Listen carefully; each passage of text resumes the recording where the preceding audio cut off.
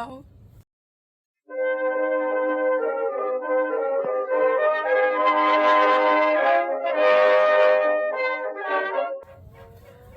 So that is how my barbarian Arlo Hawthorne introduces herself to any new person. Hi, I'm actually Jordan Willis. I'm one of the hosts of Nat One Podcast, and today I'm here to talk to you about cosplay stuff. Because that is a thing I do. I don't cosplay any notable characters, but I like to sew, and it is a thing that I can do. I am fueled by the audacity to think, oh, that's cool, I can make that. And most of the time it turns out into something wearable. I've been making my own Ren Fair garb for the last 10 years to varying degrees of success. I've gotten better at it, I think. Today I'm here to explain a little bit about how I made this beauty that I'm wearing for our last D&D session of the campaign that we're currently playing, and I'm going to hand it back over to Normal Clothes Jordan to do a proper intro and kind of explain what all of this is. So, this is a little bit of a departure from our usual content. We usually don't do vloggy stuff with just us standing in front of the camera, so we're going to try something new today. As you know, if you've been watching the podcast, recently our home game came to its logical conclusion. We have not played that final session yet, but we have played up until the point where we are about to play the last session of our home game that has been going on for 3 years. So this is the third campaign that we have finished together, and I'm a huge nerd, and I like dressing up for the last session, because every time that we've finished a campaign, even though we usually play online, we finish the campaign in person together in Levi's basement, which is where we started playing D&D, and it's a very fun and special time to wrap everything up and get all of these characters sent on their way and watch everything culminate for what we've been playing for the last 3 years. And so last time we did this, I dressed up in this really cool gothic lacy floor-length gown, and I wore that for a 13-hour session. It was not the most comfortable thing I've ever worn to D&D, but I don't regret it for a minute, because it was very fun and I was the only one that dressed up. This year is no different. I'm still probably going to be the only one dressing up, but I took it upon myself that this time I was going to make everything that I'm wearing for this D&D game by hand from scratch. Yeah. I don't have any actual footage of me making this because I had the idea for this video halfway through me making all of this stuff, so it was kind of too far gone at that point. And I was like, I'll just make a retrospective, it's fine. So I will be showing you some of the concept art for my character and kind of take you through the design process and tell you a little bit about my D&D character who is about to reach her 20th level barbarian finery, and talk to you a little bit about how I translated that initial drawing into what I have made now. And I'm actually really proud of it, even though part of it still kind of does not look great because I am not a professional seamstress. I do this for fun. So let's get into it.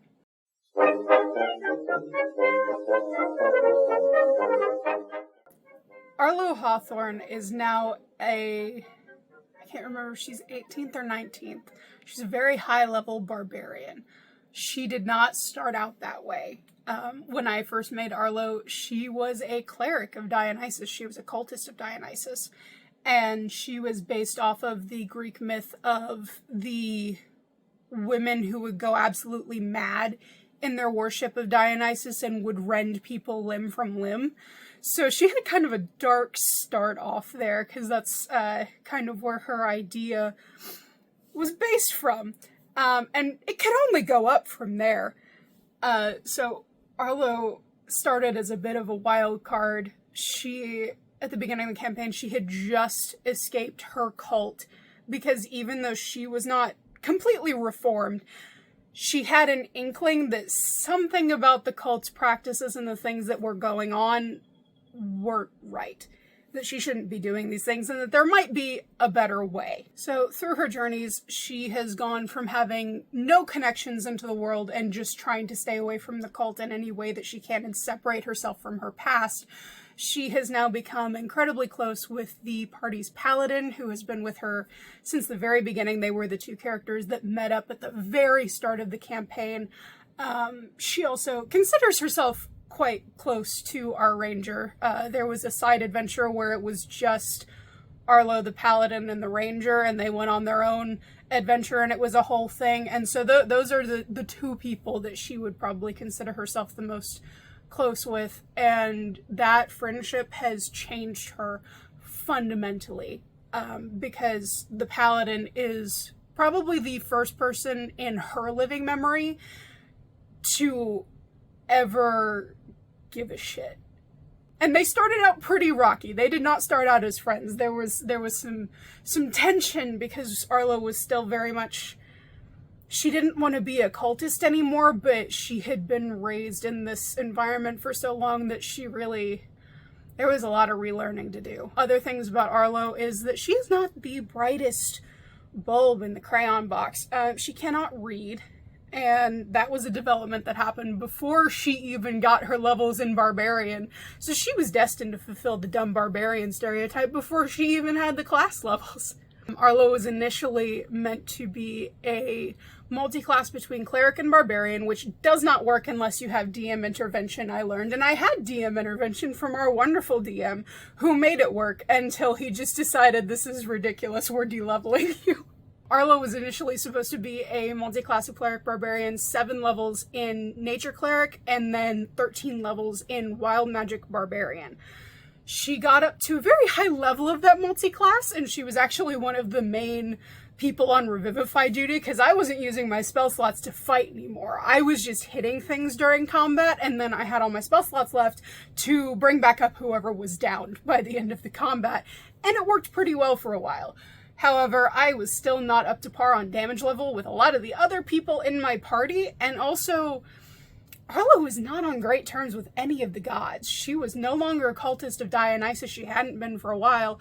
She had switched to a follower of Demeter and had gotten her powers from Demeter for quite a while, but then we killed Persephone. So that kind of broke off that relationship right there. So Demeter came and took Arlo's cleric powers away, and she became a fully leveled, high-level barbarian.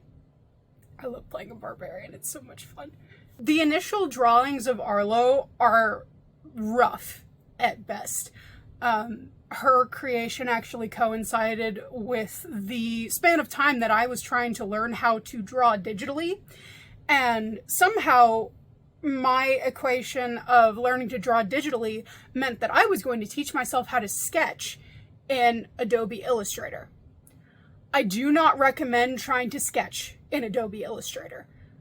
It's a fine program for many, many other things. I do not recommend trying to render art in Adobe Illustrator. You will tear your hair out.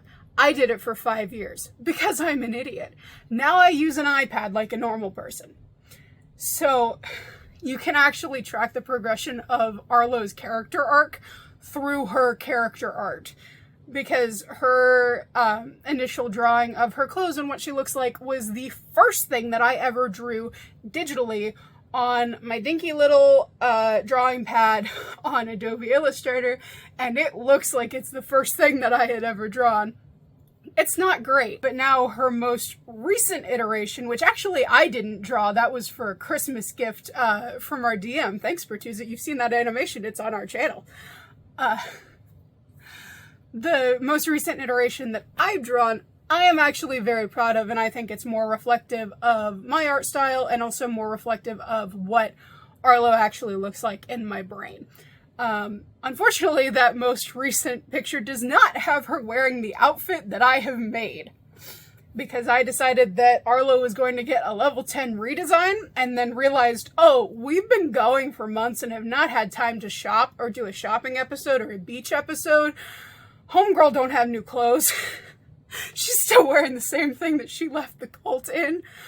So the actual drawing I'm very proud of, and I think it's lovely, and so we're just going to call that Arlo post-campaign, because right now she is still wearing the clothes that I have made. And so I will be throwing a couple of pictures up here and there of the art that is currently serving as Arlo's source material, and the painting, the face painting portrait, I'm quite proud of. That was done in Adobe Illustrator, and I wanted to scream.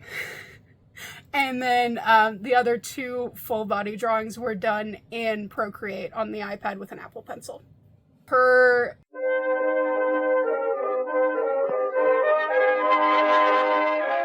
I promise I will be putting some of these on eventually, and I will show you what the whole ensemble looks like. But first I want to take you through the little things that I'm very proud of on this, because again, I am not a professional seamstress. My grandmother taught me how to sew in her kitchen, and she was a magician. I just know how to step on the pedal and make it go fast. And I really like hand sewing. All of these things I made, I didn't have a pattern for any of these. I just kind of had measurements and went with it, and hoped that they would work. And I think that they turned out pretty well. So the first of Arlo's clothing I have here is, I have her little shirt. I made this, it's just a pirate shirt measurement, so it's all just squares. And so she's got, I have the sleeve turned inside out. She's got these little lacy sleeves, which are very cool. I learned this the first time I made a pirate shirt because it's just so much material and it's so warm, and I wanted to wear it for Ren Fair. So I took old curtains and made the sleeves out of that on my other pirate shirt as well. And it was so comfortable and so much cooler than wearing a full shirt. I decided to do it again on this one. So she's got her little lacy sleeves. She's got this blanket stitch on the collar, just kind of decorative and also keeping it together a little bit. We've also got these little eyelets. In total, I have counted on this costume as a whole, I have done 66 hand-sewn eyelets on different parts of this costume. So you will see 12 of them on here. I can count. You'll see 12 of them on here. I did them on the sleeves, and so there's 6 on each sleeve cuff. And these were hand done with embroidery thread. I just popped on several episodes of Dimension 20 and just fever fugue state knocked them out. My fingers bled. But yeah, those are my little hand sewn eyelets for the lacing, and that's just normal ribbon. So that's the pirate shirt. I took the advice of Bernadette Banner. She has an excellent video on how to make a pirate shirt. So I watched part of that video and decided I know what I'm doing and made a shirt.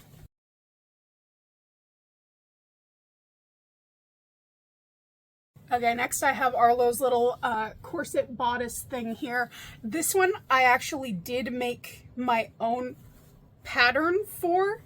I was going for kind of like a stays looking type garment. We'll see how well that turned out. I've never made historically accurate stays. It's a bucket list project for me, but I've never done it.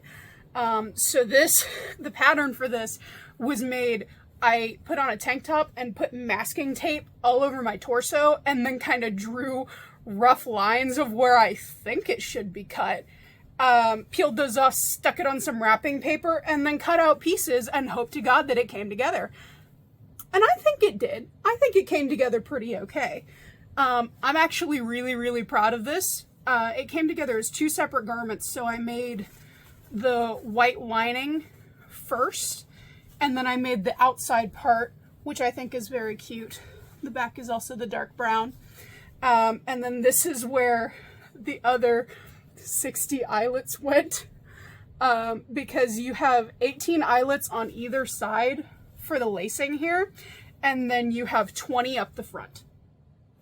And so that was a lot of hand sewing, but I think it turned out wonderfully because I did them in yellow, and so they look like these delightful little dandelions, which is very in character for Arlo. She loves flowers. The other cool feature about this garment is I will probably be doing more of these because I really like how it turned out.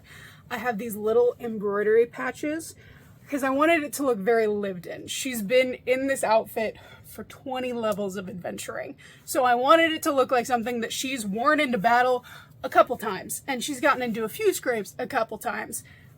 So we have a couple of spots where like the lace at the bottom is disconnected. I did this cool visible mending thing down here because she has been shot with an arrow a couple of different times by party members. So I like to imagine that this is one of the many times that she was shot by either Hector or Kazuma, and she mended it. So there's a little arrow hole there, and I hope I have a little bit of time before we play this game, so I may go back in and add a couple more little embroidery spots just to make it feel a little bit more Arlo.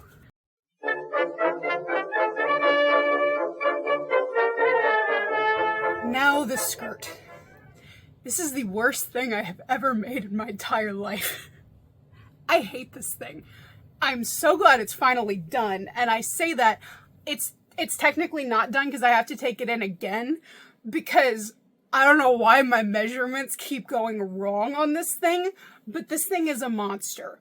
I made the circle skirt for Ren Fair 6 years ago. It's just a normal circle skirt pattern. I think I did it in 2 halves because my fabric was not large enough to do the full circle, and so it has 2 side seams, but when I tell you this thing has been the cause of so many rage quits on my sewing machine, I'm so glad this is done, and once I'm done wearing it, I'm going to burn it. I probably won't. I put too much work into this, but I want to burn it. For all of my projects, I use recycled fabric. That's just a thing for me. I have so much material that I have gathered from different sources. My mother crafts, my grandmother crafts. I used to volunteer for a children's theater, so we ended up with like old costumes that people weren't using anymore. When I tell you I have so much scrap fabric in my stash that I just need to use, I don't buy fabric for my projects. I make do with what I have and hope to God that I have enough fabric most of the time. So everything that you've seen has been recycled fabric. I think this is either a tablecloth or curtains. As I said before, Arlo's shirt, the sleeves were lace curtains. The green fabric for her shirt is from it's a theater costume. I don't remember what it was from, but it was basically a tube of fabric with sleeves and elastic somewhere, because the elastic is also in my stash, because why would I throw away perfectly good elastic? And then the stays, the white part is also curtains. And the brown parts are 2 different dress shirts that I ripped apart and reconstituted. So everything's recycled, and this material is probably as old as I am. So this material has been in my mother's sewing stash for most likely about 20 years. It may be older than I am. And it unravels like the Dickens. And it kept getting stuck in my sewing machine. And so I actually had to, from the first time around that I made it, I had to take off the waistband and reattach it and redo it because it was shredding in my hands. And I couldn't wear it because I picked it up and the waistband almost fell off. So I have fixed it now, for now, and we'll see how it holds up through a D&D session. And if I wear this to Ren Fair this year, I will be thoroughly shocked. And here we have the last 2 of the little eyelets that I did. We did 2 buttonholes on the back for the skirt closure. So those are all the individual pieces.